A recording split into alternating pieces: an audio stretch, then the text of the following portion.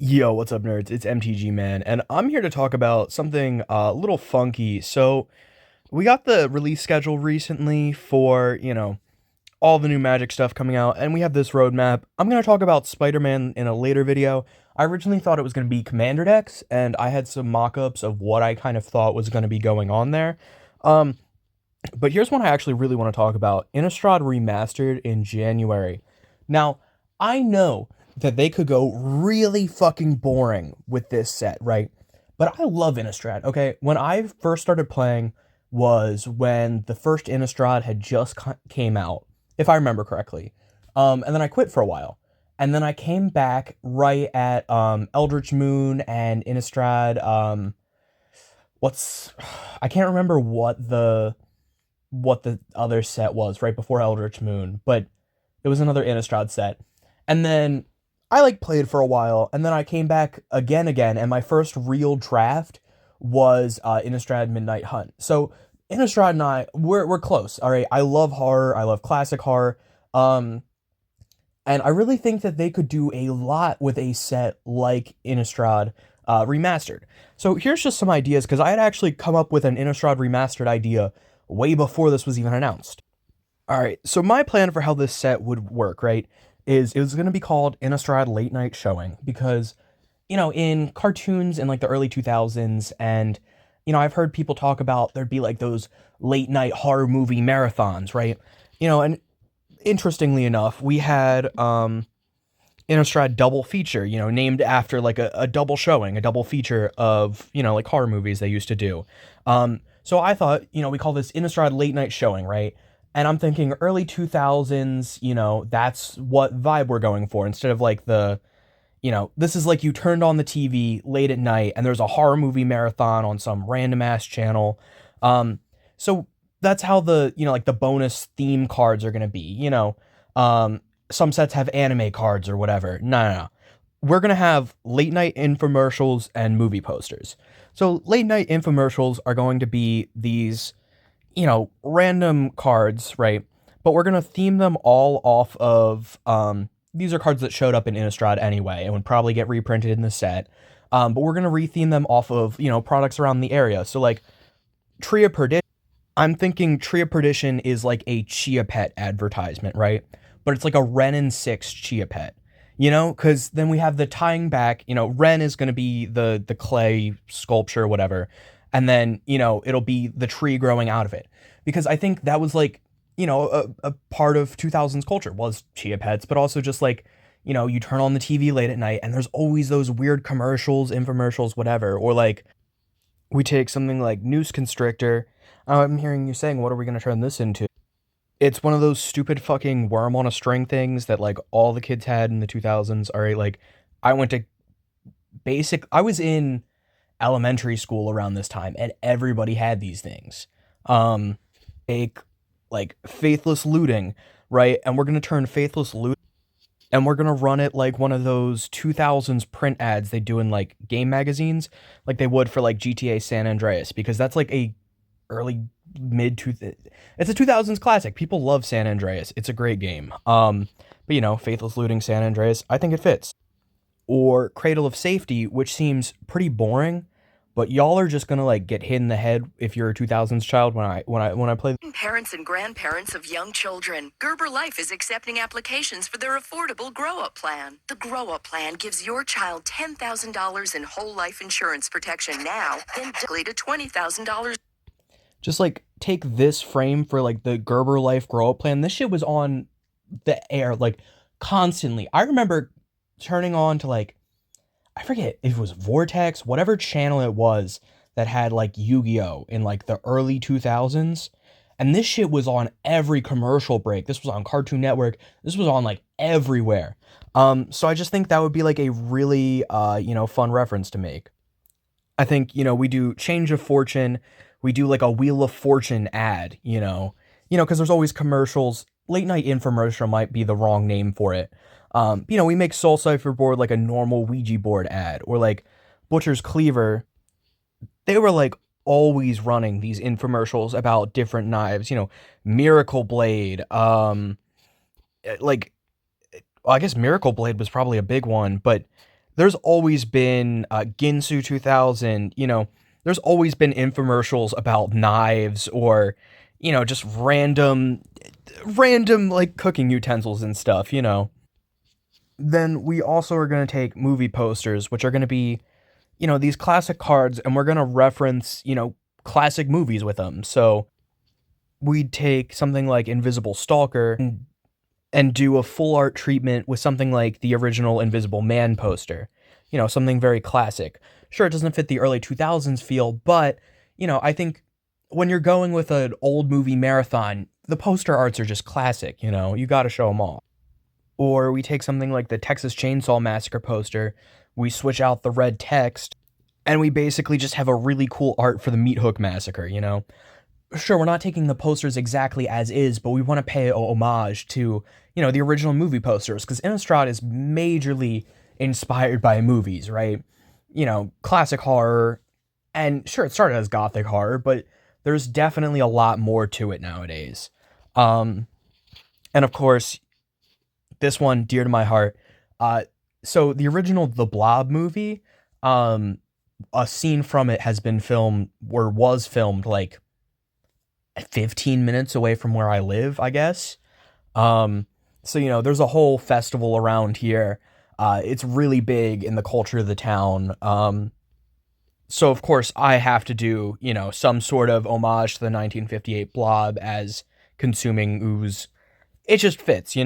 Even how the Blob is like curving to the left and ooze is kind of curving to the left. Like you could make a mock-up there. It would look really cool. So movie poster and late night infomercial, I think, would be our two full art, cool alternate art printings or whatever. I also thought about doing like a breaking news one, or like creepy doll could be one of those creepy toy recall things they used to have, like. The U.S. Consumer Product Safety Commission want you to know about the voluntary recall of this Pokemon Pokeball. The ball may pose a suffocation hazard to children under 3. Throw the ball away or return it to Burger King. The safety of your child is of the utmost importance to us. Just have that like black and white background with like the text. Because those were like super creepy to kids around my age, if I remember correctly. Like I remember hearing people talk about it. And then, of course, the reprints, there's some cards that are obvious reprints. There's some cards that are unobvious reprints. I think you have to focus on the draft environment a bit too. But what I think is probably the most important card to reprint. What the fuck is the okay? It's not mana. What the fuck is the ordering here? Price. So we're gonna go mana value, and we're gonna go by types, and we're gonna find it. Um, Did I not put it in here? Tell me I didn't put it in here. Unrule. How did I not put it in here? Unruly Mob has to be reprinted, okay? Unruly Mob has been printed in every not every Innistrad set. It was printed in Innistrad, Shadows over Innistrad, and Innistrad Midnight Hunt. Unruly Mob is the card that pulls Innistrad together, as far as I can tell. And there's like a different text on each one of them, but the same art, kind of how like they all get together to face a different sort of evil every Innistrad set. And I think that there's something behind that really has to be kept. Of course, there is, the reprints that we have to be doing for, let's just go no group, and then we just go price. To get the price down, sure, we want to get Emrakul the Promised End down, but Emrakul also has to be in the set because that's important to Innistrad, right? The Meat Hook Massacre, sure, we're getting it in partially because I want to do a cool Texas Chainsaw Massacre part, but also just because we need to get that price down. $50 is ridiculous. Avacyn, Craterhoof Behemoth isn't really important to anything going on in Innistrad, but it'd be nice to get a reprint. Parallel Lives, Exquisite Blood, Snapcaster Mage. I think you have to have a Liliana of the Veil reprint. The card's a classic. And then on top of some like the big money reprints, we also just have to reprint certain cards because they're important to Innistrad. Like, you can't make an Innistrad set without giving us a Sorin because that's where he's from. I think Sorin is an important part of Innistrad. You know, um, I think there are certain cards that could be downgraded in rarity. Like Bonfire of the Damned is basically just a rare. I think Decimator of the Provinces could be made a rare.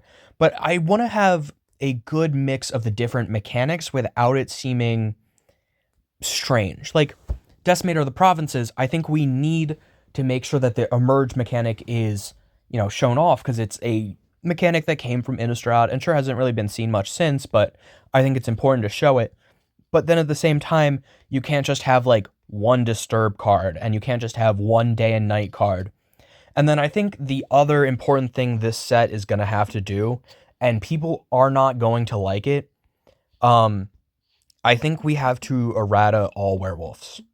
I think that as it is right now will not work. I think that any of the werewolves that didn't have the whole day night or day bound night bound, the whole let's see if we can find one.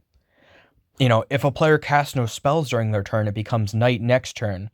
And if a player casts at least 2 spells during their last turn, it becomes day next turn. Day and night is annoying to keep track of, right? I think that's true. I think that's annoying. However, having to keep track of day and night and then also other werewolves, I think is just way too confusing, especially if you're trying to build some sort of werewolf tribal deck. I think that's just way too much to have to do for one set. And then if they don't errata every werewolf, then you're going to have a draft environment where some werewolves transform at day or night, some werewolves don't, and it's just going to be confusing and annoying. So I think that's going to be really important. Other than that, I think I want this set to be good. All right, I think there's a few things we have to avoid here, right? If we look at the other remastered sets, some of them were really good, I would say, right? I would say that they did some cool treatments. There was some good reprints, like Dominaria Remastered, right? Had some really good reprints. But then we also had some things that really didn't need to take up the slots they did. Like, there is no reason for Jester's Cap to be a rare at this point, right? It's just not good enough to take up a rare slot. Especially because in the same rare slot, we had things like Tutors, we had Mystic Remora, we had Exploration. How are you going to open a pack and be like, wow, I got fucking Jester's Cap, So I think that's going to be an important piece of just making sure everything's at a fair rarity. Especially, too, if we get to, like, the bottom of it, Urza's Blueprint should not be rare. 6 mana, tap it, draw a card. And at the beginning of your upkeep, if it came in last turn, you have to pay another 6 mana. You get 12 mana put into this to draw an extra card every turn. That's some bullshit. This should not be in a rare slot anymore. This should be either a common slot or just not in the set. There was no reason to ever reprint it. It's just garbage. Or like, I think Ravnica Remastered definitely also did a solid job. And, they had their anime arts or whatever that were worth more money. But I think they reprinted things more or less as they should. I think Ravnica Remastered would have been a good time to make the Nephilims legendary. But it's fine that they didn't, whatever. I think Ravnica Remastered is fine as is. I just didn't really understand doing the retro frame for a lot of these cards, especially because, like, Ravnica wasn't really, like, Ravnica's modern. Ravnica is when modern started, so it doesn't really make sense to me to make retro frames, but do what you want, I guess. It really seems like we're going to be getting a remastered set at the beginning of every year now, which is kind of fine. I like the reprints. I like, it brings certain players back. The other week, opened some Dominaria Remastered with my dad. He pulled a foil old art Force of Will, which is like $80. That man has insane luck. Like, and then we also opened some Brothers War with it, and he pulled a Portal to Phyrexia. He has some crazy luck. But, I he was able to understand the cards, and it didn't like bring him back to the game, but we are able to play some like draft matches, and I think there's some good that comes out of that, right? I think doing remastered is good in some sense. But please don't let them just reprint Shadows over Innistrad remastered, like the Alchemy set or whatever from online. Don't let them just make this right here the set, because that would be some bullshit, right? Uh, um, but that's my thought on it. This has been MTG Man, signing off. Let me know, what do you think they could do with a set like this? I'm sure they're not going to make it as interesting as I think it should be, but let me know what you think could be done. What cards need to be reprinted? What are the necessary reprints for this to be Innistrad remastered for you? Um, is there some sort of like cool other one of the here's just a one of the other alternate art styles I had played around with, saying should be in the set, would be a on other channels, quote unquote. Um, so we would take cards like Geist of Saint Traft, and we'd put them in like a Hanna-Barbera art style and just put them behind a desk. Just do like a Space Ghost reference, just look at what other stuff would have been on TV at that time and just do like an on other channels section, because I thought that would be funny. Um, Not like Space Ghost like the classic cartoon. I'm talking Space Ghost Coast to Coast.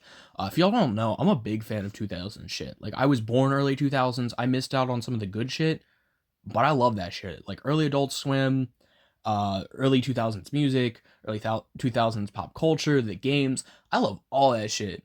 And it's hard for me to explain that sometimes. But yeah, let me know what you think could have been done. What should be done? Is this set gonna blow?